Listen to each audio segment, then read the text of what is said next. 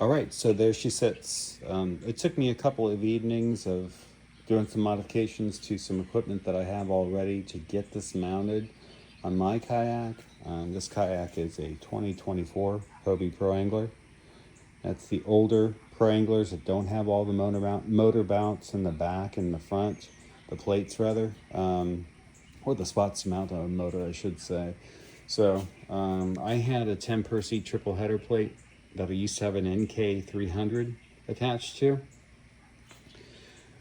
With the 10 Percy plate, and I'm assuming almost every plate out there, you're going to have to do some modifications to it, because the way this motor sits on the Pro Angler, you know, if you see this is the Garmin bracket, and this comes with the motor, and it uses a standard 4-hole mounting system.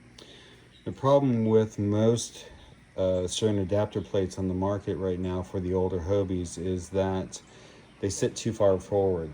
So these 2 holes here were the original front holes of the 4-hole mounting pattern that worked fine for the NK300, but they don't work with the Garmin. And my understanding is that's the case with most of the mounting plates on the market right now. Although I've talked to One Objective, I talked to Tim over at Tim Percy's. Well, if you know Tim, you know Tim. He does all kinds of great stuff, great add-ons to make stuff fit our Hobies. I have talked to him. He's working on his changes. So those will be out. But in the meantime, I couldn't wait. I had to drop the holes back about 3 inches each and just drill things out. And it kind of was a pain in the butt, because underneath this bracket is a pair of support arms that attach this bracket to the H-rail. And I had to go through those as well. So a little delicate, but hey, we got through it. It works. It's mounted. Garmin really did a nice job on the unit itself. I mean, it looks great. They did a lot of nice features to it. You can completely disconnect the power. I'm not going to try to do that here because I'm filming with one hand. But this plug actually comes completely off the motor.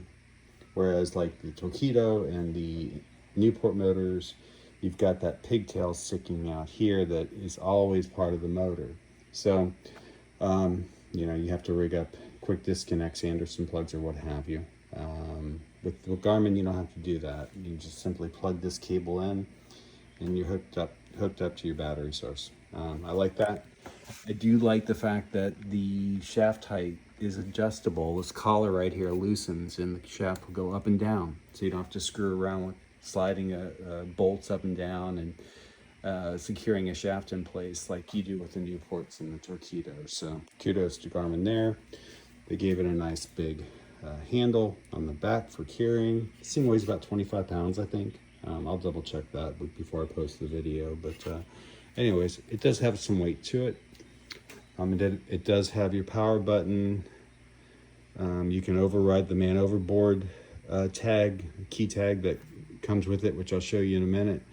If you don't want to run with that, I don't know why you wouldn't want to run with the man overboard tag enabled. I've got a good set of status lights here. Everything's green except my propeller, which isn't on right now.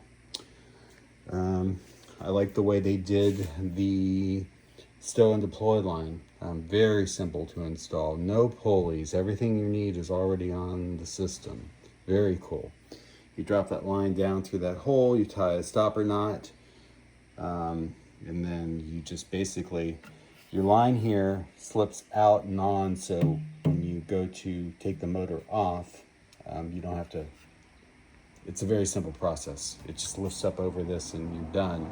Gives you another pulley. This is directional, so if you want to run your stow line to the port side, you can. I've got mine running starboard. It comes up through here, runs through. I replaced the stock pad eyes with these circular looking jobbies to run the line through. And then the line, I've stowed it on my own cleat, because the one that Garmin included uses the traditional track mount system. So They do include one in the box, and if you don't have an 8-trail, or if you have a track mount on top of your 8-trail, you can use what Garmin sends. But this is one that I fabricated. It's just a Hobie flat plate, and forgot the name of that clamp, but or cleat. Sorry, not clamp. But I got it off West Marine. Great cleat. There's the rest of the handle. You know, it just stows and deploys so easily. I can't really show you that because, again, I'm one-handed, but it works very, very well. Right now, obviously, it's deployed. I do have the wireless foot pedals. If you're going to go big, right? I don't know how they work just yet because I haven't been out to field test this yet. But again, there is no love from Garmin for us Hobie folks, and I had to fashion a system here to attach the plates so I wouldn't be drilling holes into the hull. Excuse me. So I managed to do so using the included bracket from Garmin for the pedals and a couple of Yak Attack adapters. I actually stole this idea from a fellow YouTuber. I'm going to link that video in the description so you can see the details on how they did this in case you need to do this on your Hobie. I do know that Tim Percy and I believe others are working on some pedal mounts for the Force system. They're just not available yet, and I didn't want to wait for them. So anyways, the system works well. Again, I'll link it in the description. This thing is solid. I could pick up this kayak with my hand. It's that solid. I'm not worrying about it going anywhere. But again, completely wireless. Love the look. We'll wait and see what they look like when I get on the water with them. I don't like the fact that they're angled a little bit, but nothing really I can do about that. Just maybe if they come out with some brackets, Tim or company comes out with brackets, they'll work out straighter, but I'll use these for now. Outside of that, Garmin does include your man overboard sensor. If this gets wet, if it senses water, it'll shut the motor off. Really nice safety feature. I've got it on my life vest here. They do have a watch tag, so you can wear it on your wrist if you fish without your PDF on. You can wear it on your wrist as well. Great safety feature. And last but not least, here is the Garmin remote. And it is pretty cool. It helps if I turn it on. So it does have a little LCD screen. It's connected. I don't know if you can see that real well or not, but it shows you satellite. That's for your spot lock. Shows you battery level, which I'm completely full. Shows you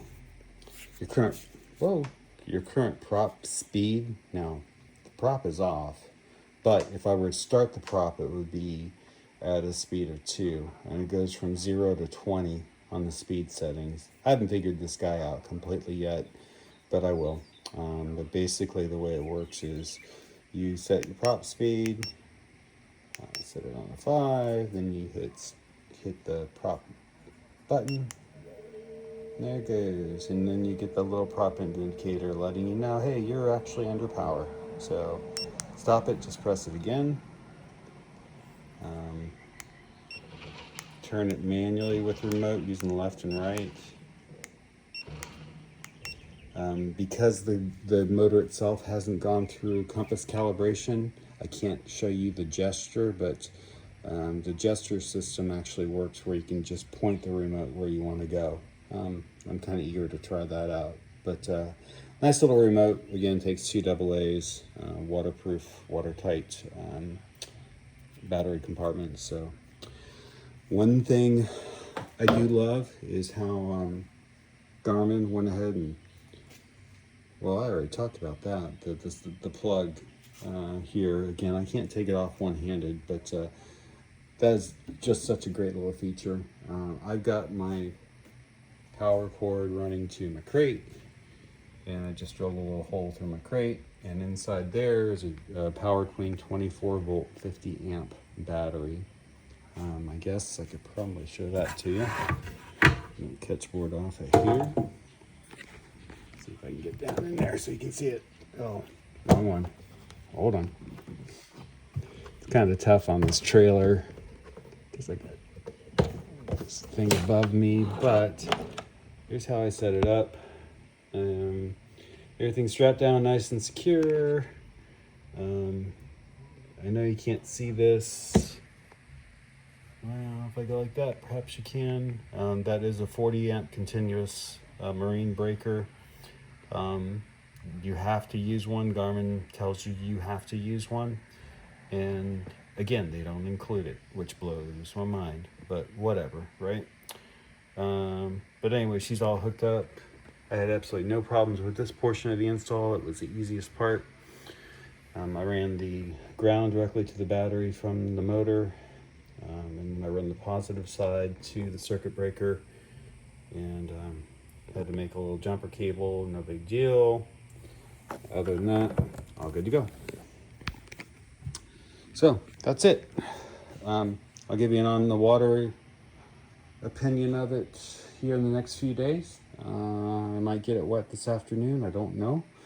But we're getting some weather over the next few days here in northern Florida. So I don't know when I'm going to get it out, but I'm looking forward to it. So if you have any questions, drop them in the comments below. Like and subscribe if this was good information to you as always. And thanks for tuning in. Take care and God bless.